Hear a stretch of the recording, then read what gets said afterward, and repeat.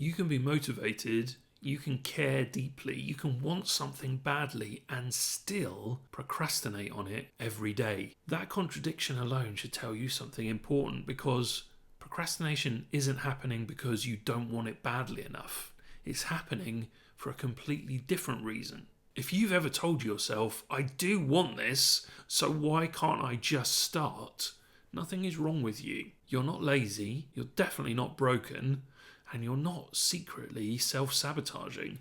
You're responding to something your nervous system thinks is unsafe. In this video, I'll show you why motivation doesn't actually solve procrastination, what's really happening in your brain when you care and avoid, and how to build momentum without forcing yourself or burning out. This isn't a motivation problem. It's a pressure and safety problem.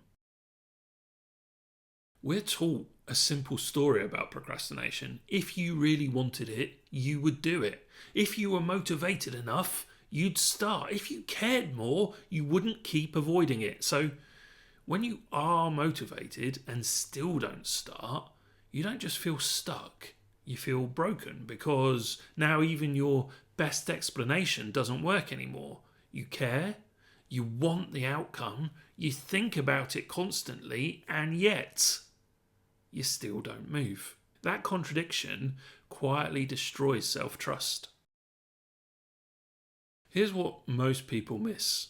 Motivation doesn't automatically translate into action. In fact, the more motivated you are about something important, the harder it often becomes to start. Because motivation isn't just energy, it's emotional weight. It adds expectations, it adds identity meaning, it adds consequences, it adds pressure, and pressure changes how your brain behaves. When something really matters to you, your nervous system doesn't register it as opportunity. It registers it as risk. Risk of failure, risk of judgment, maybe risk of wasted effort, a threat to your identity, risk of disappointment. So your brain shifts into protection mode, and in protection mode, your brain stops asking, what's the best long-term move? And starts asking, what reduces this discomfort right now? And avoidance reduces discomfort. So avoidance wins, not because you don't care, but because your system is prioritizing safety. Here's the paradox very few people talk about. The more you care, the more pressure you add. And the more pressure you add, the more threat your system perceives. The more threat it perceives, the harder it becomes to initiate, to start. So the very thing you think should be helping you to start, your motivation, is actually making starting feel unsafe. That's why you can be motivated and still procrastinate. Most advice tells you to just push through, to get disciplined, to hold yourself accountable, but you can't out-discipline a threat response. Every time you force yourself into action, you're teaching your nervous system this task equals danger. So next time, your resistance is stronger, not weaker. Trying harder doesn't remove the block, it trains it.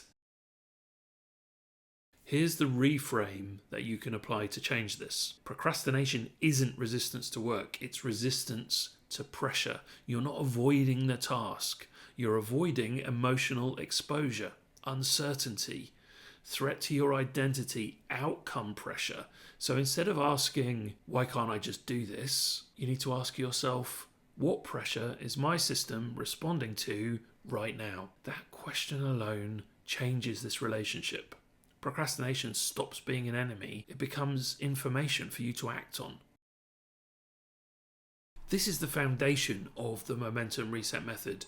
We don't ask, how do I force myself to do this? What we ask is, how do I make starting feel safe again? Because safety precedes momentum every single time. When your nervous system feels safe, focus returns, initiation returns, momentum returns, not through hype, through regulation.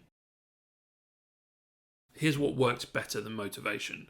Not pushing harder, not raising the stakes, not shaming yourself. First, lower the pressure. You remove outcome thinking. You stop telling yourself this has to change everything. Second, shrink the task. So create a safe entry point. Not impressive, safe. Third, add permission. I can stop anytime. Permission lowers the threats. Threat is what blocks starting. So when procrastination shows up, pause. Don't judge it. Just notice that it's there. Notice that I care about this. Then ask, what feels unsafe about starting this? Then reduce the task until it feels almost too easy. Then give yourself permission to stop. I often say this, but ironically, that permission is what makes continuation possible. So please hear this. You can be motivated and still procrastinate. That doesn't mean you didn't want it badly enough. It means the stakes feel too high for your nervous system right now. That's all. You're not lazy, you're just overloaded. And overloaded systems don't respond to force. They respond to safety. If you want a calm, step-by-step way to reduce pressure and rebuild momentum without panic or burnout, the Momentum Reset method is linked below. And if this resonated, let me know in the comments.